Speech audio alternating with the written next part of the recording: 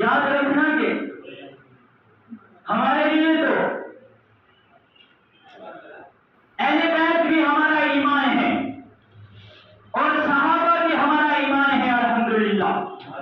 हमारा ईमान इनके बगैर ना मुकम्मल है। हम अपने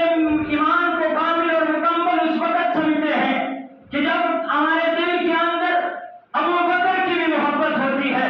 उमर की भी मोहब्बत होती है, उस्मान की भी मोहब्बत होती है, अली की भी मोहब्बत होती है, हुसैन और हसन की भी मोहब्बत होती है, हजरत मुआविया की भी मोहब्बत होती है। इसलिए कि आज हम जो कुछ है,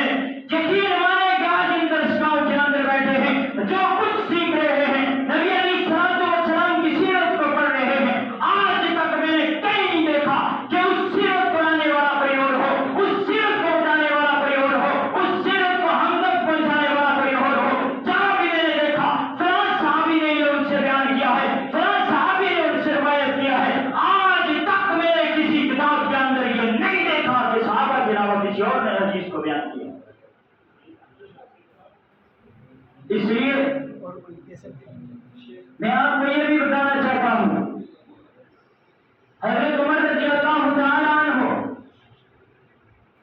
कि वो शान और कदर है कि एक मर्तबा एक रोमी बादशाह ने अपना एक गुलाम भेजा हज़रत उमर रज़ियल्लाहु तआला अन्हु को शहीद करने के लिए। आप खुद की इस बात का अंदाजा लगाएं कि एक इलाके का बादशाह हो और वो किसी इलाके के गवर्नर को शहीद करवाना चाहता हो, किसी इलाके के गवर्नर को मरवाना चाहता हो, तो वो कितने